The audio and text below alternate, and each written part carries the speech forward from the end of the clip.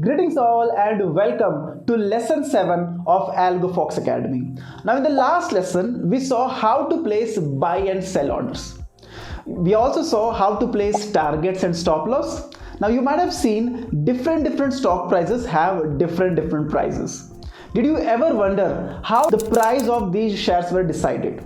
Well, the price that you have seen are called as market value. We're going to talk about the pricing and how it is determined in today's lesson. To begin with, let us start with a concept called as market capitalization. When we are buying and selling any share, it is very important to check the market cap of a company. Now, what exactly is market cap? Market cap is nothing but total number of shares outstanding into the share price. For example, consider State Bank of India has a price of 522 rupees per share and the total outstanding shares in the market is 900 crore, taking its market capital to be 46,600 crore. In other words, 4.66 trillion rupees. There is other company like Rosal India whose share price is 245 and it has only 3.5 crore shares in the market, taking its value to 900 crore. Now you see there are many different companies. Some companies like State Bank, HDFC, ICICI, Tata Steel, these have market capitalization in trillions. That means the value of these companies in terms of trillions of rupees,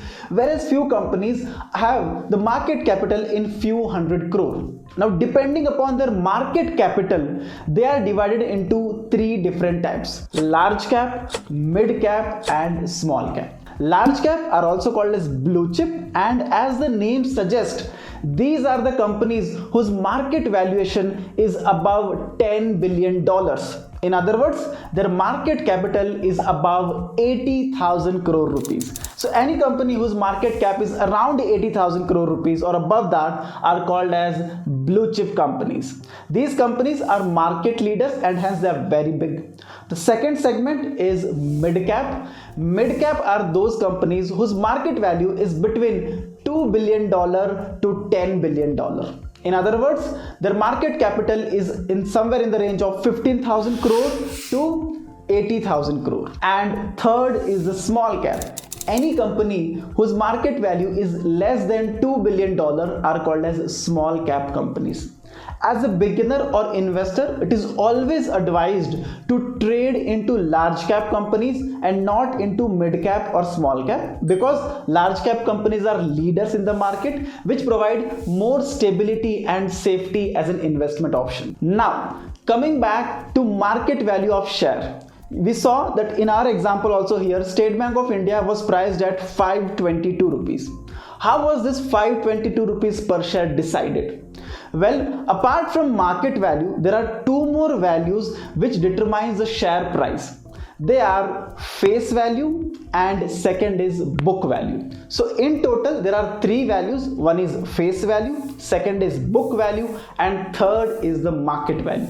Let us talk about all of them in detail, starting with face value of a company. Now, to discuss face value of a company, let us go back all the way to the Raju Sweet Shop. We saw Raju Sweet Shop raising an IPO at 200 rupees per share. Let's go much before that. Let's go to the point where Mr. X came as an angel investor and had purchased 10% stake in Raju's company. Now, when Mr. X gave 1 lakh rupees to become 10% stakeholder in the company, he also became director in the Raju's company. Now, when a company has directors, the company internally allots shares to the director at a base price. Let us say Raju allocated Mr. X some shares at 10 rupees per share. Now this base price at which the shares are allocated to the directors is called as face value of the company. Now this face value will not change irrespective of whether it is getting listed into the market or not. And whenever we are having the shareholding certificate, in the certificate also the value of share will be 10 rupees per share. So face value is basically the basic price at which shares are given to the internal directors. Now in our example, Mr. X gave 1 lakh rupees to have 10% stake in Raju's company, making Raju's company's valuation to go to 10 lakh rupees. And now since Raju has a face value of 10 rupees per share, that means he is having 10 lakh divided by 10, that is 1 lakh overall shares. Out of 1 lakh shares, he has given 10,000 shares to Mr. X, and hence Mr. X is a 10% owner of the company. The rest 90,000 shares are still with Raju. Let us go to the next topic, that is book value. Now book value is a theoretical price of each share when the business is growing. Let us say when the business is growing, Raju has taken some machineries to produce sweets and also has taken warehouse, some shop and some property to expand his business.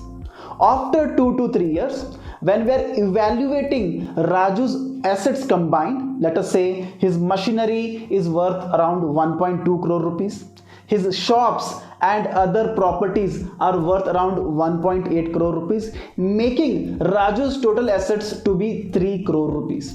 Apart from that, let us say Raju has taken a loan of 1 crore rupees. So loan would come under liability. So net value of Raju's shop will be asset minus liability, that is 3 crore minus 1 crore, making Raju's sweet shop market capital to be 2 crore rupees. Now we know that Raju has 1 lakh shares and the market capital of Raju's shop right now is 2 crore. So book value per share would be 2 crore divided by 1 lakh share, taking it to be 200 rupees per share. So that means 200 rupees per share is also called as book value per share.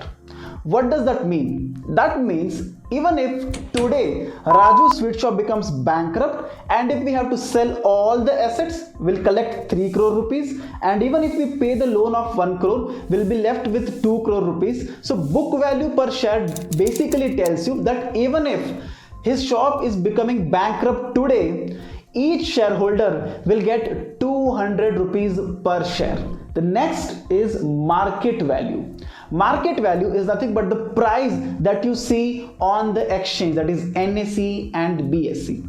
Let us say Raju Sweet Shop is having a market value of 300 rupees. That means people are actually willing to pay 100 rupees extra per share on the book value just to accumulate Raju Sweet Shop. Now why are they doing it? The market value is dependent upon a lot of factors.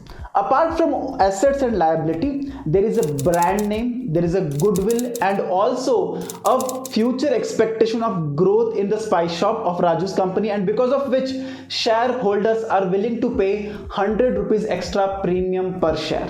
And that is how market value is determined. You see, in the stock markets, the share price that you see fluctuating are not random. It is basically a premium on the book value that shareholders are willing to pay just to become shareholder in that company. Now, how do you see face value, book value and market value of each stock? There are many websites where you can do it. You can see it on Money Control, Screener.in, Google Finance, etc. Let me show you Screener.in, where you can see all this information very easily. So let's go to Screener.in and search for a company. Let us say Tata Motors. Now the Tata Motors, you can see the price of Tata Motors is 465. That means 465 is the price on BSE and NSE. However, you can see the face value. Face value is 2 rupees per share. This is the price. This is the price written on the share certificate. And you can also see book value. Book value is 134. That means even if Tata Motors becomes bankrupt today and if we sell all its assets and pay all the loans, will be left over with 134 rupees per share. But the share price is 465, the market price is 465. That means people are willing to pay 465, almost 331 rupees extra premium on the book value to be the owner of this particular share. Similarly, you can see book value, face value and market value of any share. For example, Infosys has a share price of 1457, book value of just 175 and a face value of 5 rupees. So the market price that you see is nothing but the premium on the book value. Now you know that the market price on NSE or BSE is not random. It is just the premium on the book value that investors are willing to pay. Alright, so in the next video, we're going to discuss few more terminologies that you as an investor should know before stepping into the world of stock markets. See you in my next lesson.